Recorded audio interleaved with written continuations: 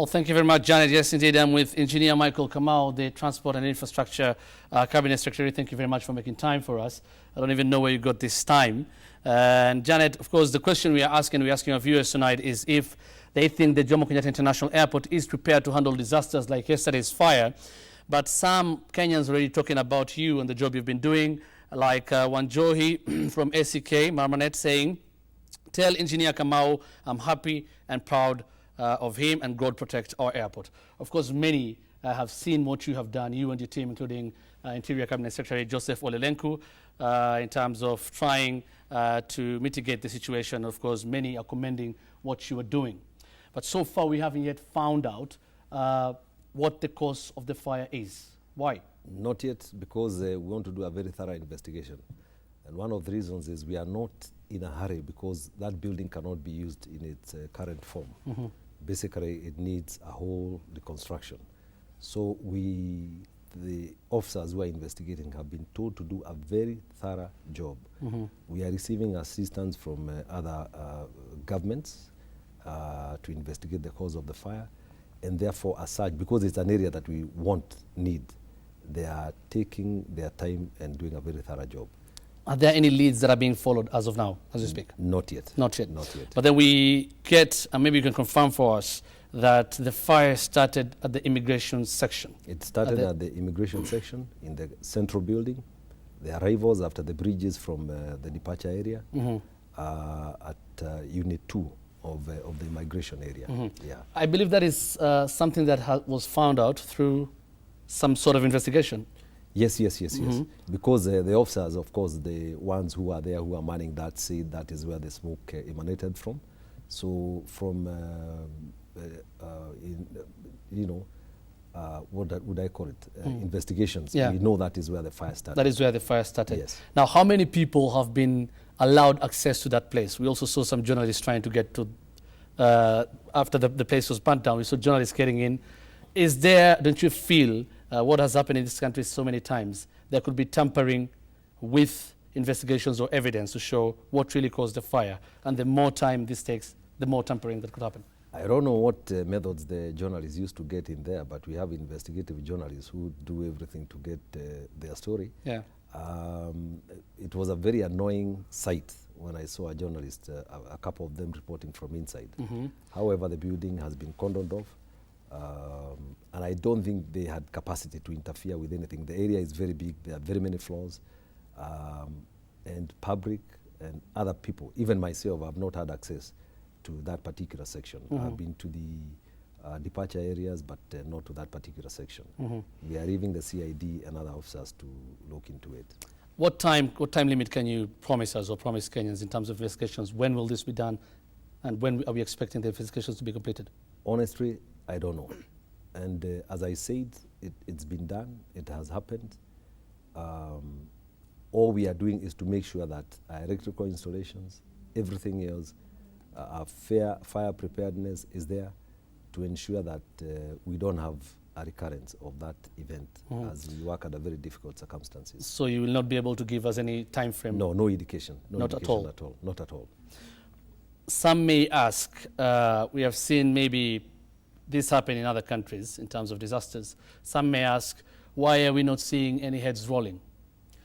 Like, we don't want to peg responsibility to any specific person, but generally the leadership of the Kenya Airports Authority. Why are we not seeing any heads rolling? Now, basically, if you've noticed, the Jubilee government is taking its time to make decisions. When they make their decisions, we are not doing anything to please anybody.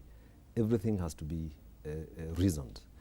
And we have to look at the entire episode and know that 9 aircrafts had landed and we did not have any fatalities.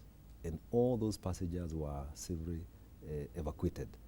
Only one passenger suffered, they inhaled poisonous gases and are in hospital. Mm-hmm. So from a point of view of preparedness, I would say that they did a very commendable job in evacuating all those passengers. It's a very busy area if you've been there, with 9 aircrafts having landed, some of them, the 777s that discharge about over 300 persons, with their luggage, hard luggage, all that movement, and you haven't had anybody say that they lost their luggage or anything of that sort.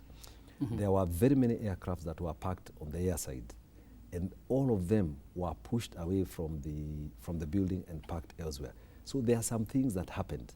It would have been a very different story if we had lost, like, even one life, 2, 3. It would have been very, very different. And the failure to have, not having fatalities in itself indicates that there are some elements of disaster preparedness that kicked in. To be able to push all those aircraft indicates that there was some preparedness that kicked in. The fire itself, for it to destroy a building of that size, there's a question to be answered. It may emanate from design, but I would like to say that the fire brigade, the airport, has the best fire brigade. When the fire was noticed, the airport was shut down, and those fire engines now were brought to the building because they were no longer providing air cover. But was that manifested yesterday? Because we get that it took about 4 hours to contain the fire. And if you're saying, for those who know how the immigration area looks like when you're coming into the airport for arriving passengers, it's generally an open area, although we don't know exactly where the fire started. Yes. But it's generally an open area, and an area that I'm sure is always manned, or people would know and would see if a fire has started and will be able to contain it before it gets out of hand. No, it depends, because first of all, you may see smoke. There may be no flames, and the smoke may come from an area where you don't know where the fire is. So it's not that easy. And also the design of the structure itself, there's a lot of concrete, and especially at the bridges, the gaps were very narrow. In fact, a lot of effort had to be made to stop the fire from spreading through the 2 air bridges into the departure area. The other thing is the airport, the design was abated, a lot of wood, all the ceiling made from very prime timber, dry, right. And so the carpets, all those things, maybe a spark could have caused the spread of the fire. I'll come very to fast. Right, I'll come to the airport and the expansion of the airport in a short while. But again, about the preparedness, we've had drills, and many people have talked about that. Some people go to the airport, or who were at the airport before in recent times. Sometimes were shocked or taken aback by drills that were being taken, and just to prepare people for such disasters. Many are saying, 4 hours. This fire started at about 4:30 a.m. or close to 5. It was put out or contained at around 10 a.m. We actually saw people running with buckets of water trying to put out the fire. Does that really reflect any preparedness or good work from, like you say, from the fire brigade? In fact, we had over 16 fire brigade vehicles, and I must commend the private sector, the private firefighting companies. They all came there, G4, all the others, the Air Force, the Nairobi City Council. They had a very, very effective, we had a very effective team. The role of the military is completely being misunderstood.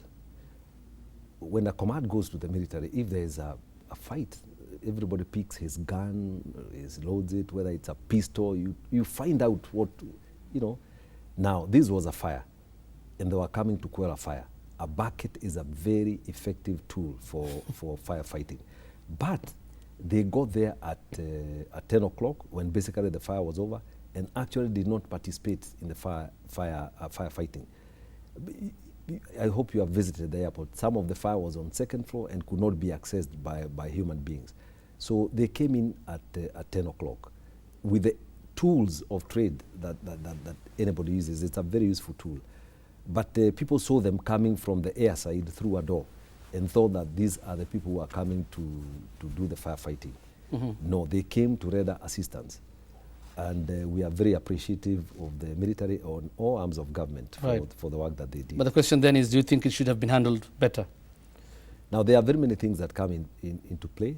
Like, if you noticed, the small gaps between the concrete panels, it had to take very careful aim for the water to get into the building. And one fire hose had to be held by 4 people. Aim, a lot of it ended up on the wall.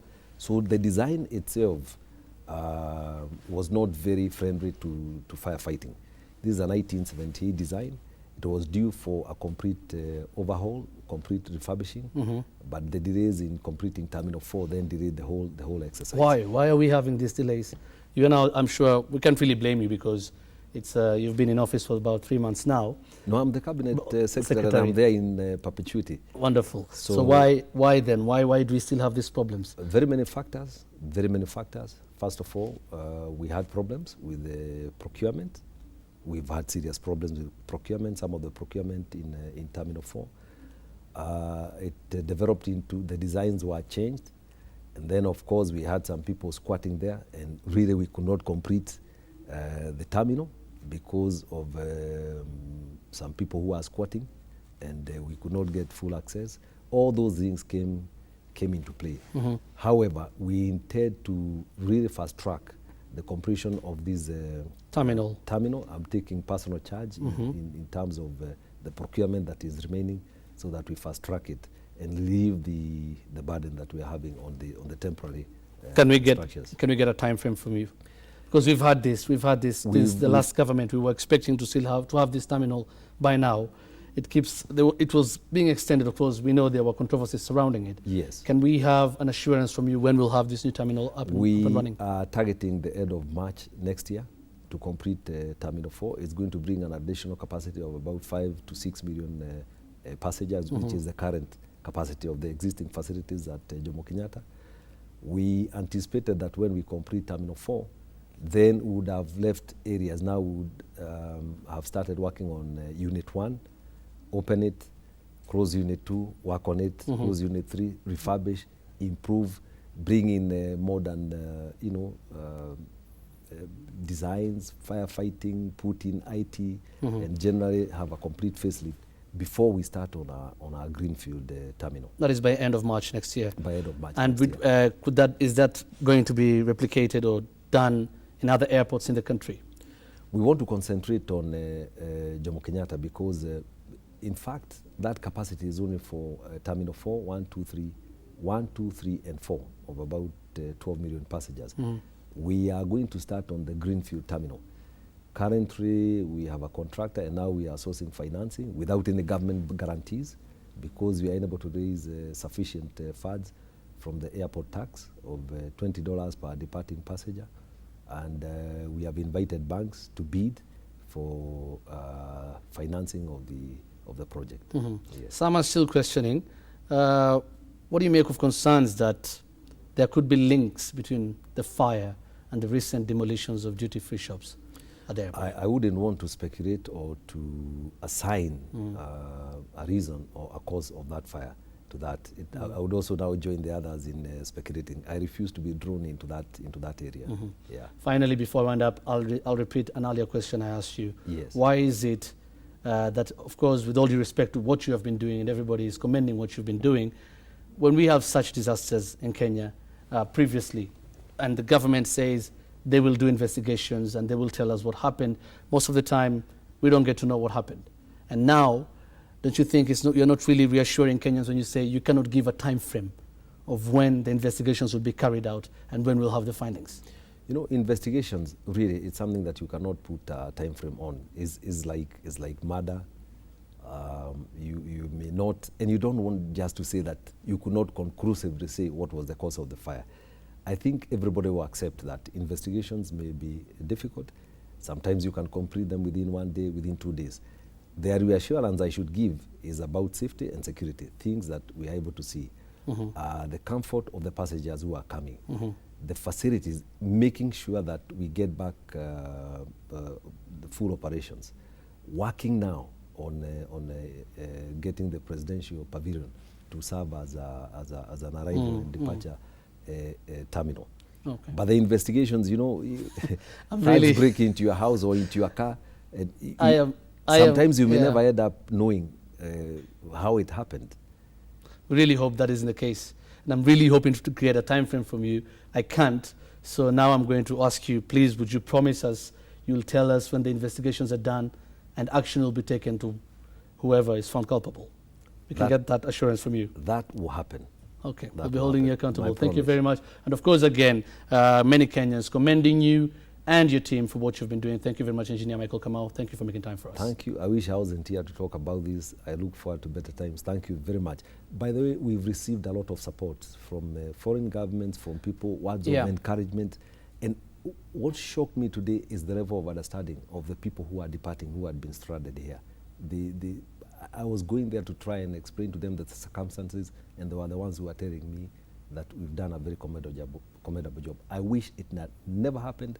I wish we could have demonstrated our capability through other ways, like opening Terminal 4, and not this way. Okay, we all wish the best for you. Thank you. In the remaining time. Well, thank you very much for making time for us. Engineer Michael Kamau, Cabinet Secretary, Infrastructure and Transport. Janet, I take it back to you.